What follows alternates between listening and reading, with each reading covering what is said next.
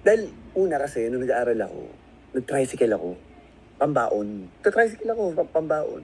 Tapos nagtatrabaho rin ako nun ng nagtrabaho rin ako ng dishwasher. Doon sa bar ng tito ko. Tapos nag-waiter din ako. Tapos dumating sa point yung namimigay ako ng mga sampler sa mga bar.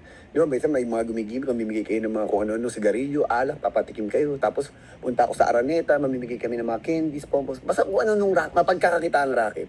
Kaya yung, ang tingin ko nun, nung pumasok ako sa show business, kakit lang to. Kasi sabi ko, ano lang, ano ba yan, extra, sige. Tapos nung unang-unang audition ko, burger na nung nag-BTR ako sa commercial, nakuha agad ako. Group lead, isa sa mga lead. Pero nung nagpunta ako ng audition, may sakit ako. Ang baba ng boses kasi wala akong mata, bagsak. Tapos nakuha ko, hindi ko kalain na makukuha ko. Ito na ngayon, shooting na ng commercial. Nung maarte na ako, minura ako ng director. 2 a.m. in the morning. Kasi hindi ako marunong kumarte. Kasi nung kinukunan ako,